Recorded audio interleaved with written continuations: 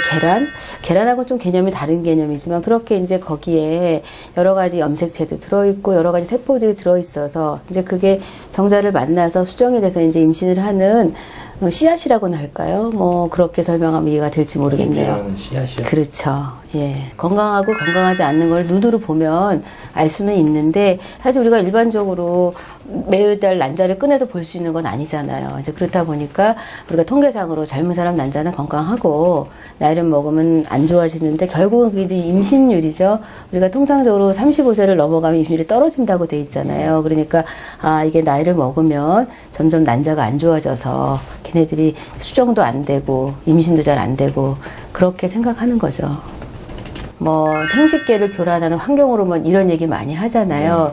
사실 우리가 딱히 뭐다 얘기할 수는 없지만 과거에 비해서 확실히 난소 기능이 안 좋은 사람들이 쏠쏠 늘어나는 것 같은 그런 느낌이거든요. 의료 현장에서 보면 그런 거를 보면은 제가 볼 땐 그런 게 영향이 있을 것 같고 또 하나는 이제 데이터로 증명된 것 중에 하나는 우리가 스모킹.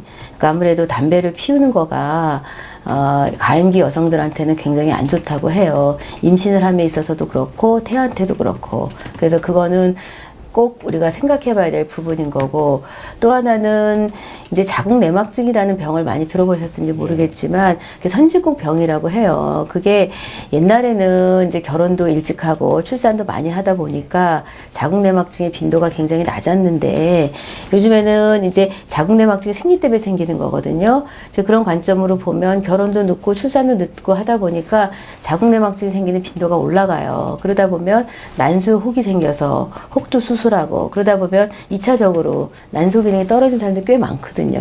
이제 그런 것들도 우리가 조금 생각해야 될 부분인 것 같아요.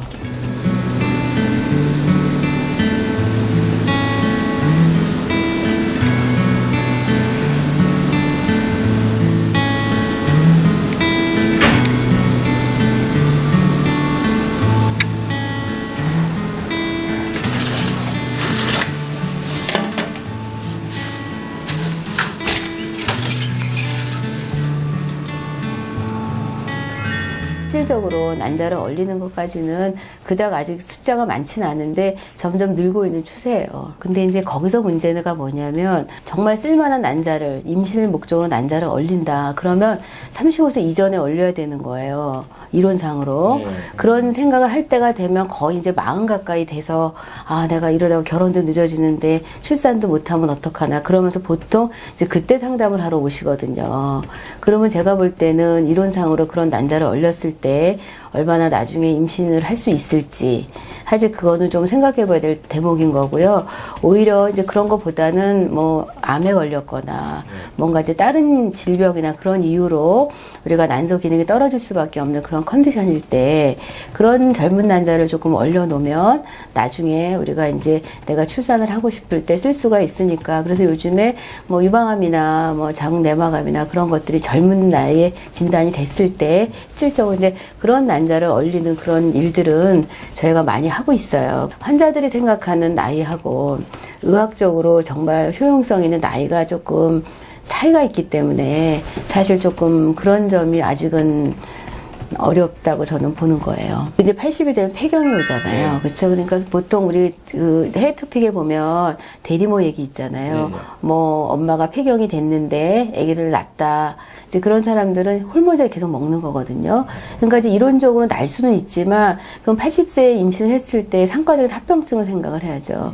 임신을 잘 유지하기가 어렵겠죠. 그러니까 이제 이론상으로 쓸 수는 있지만 그게 그 사람이 임신할 수 있는 컨디션이나 이건 좀 다른 얘기죠. 과거에는 이제 결혼하고 나서 1년 정도 노력해보다가 임신이 안 되면 병원에 와라 이런 얘기를 많이 들었어요. 근데 요즘에는 결혼들이 굉장히 늦어지고 있거든요. 제가 생각할 때 진료 현장에서 볼 때 보면 조금 일찍 왔더라면 더 좋지 않았을까 이렇게 안타까운 환자들이 많아요. 그래서 제가 마지막으로 해드리고 싶은 얘기는 결혼을 했을 때 만약에 내가 30세 이전에 결혼을 했다.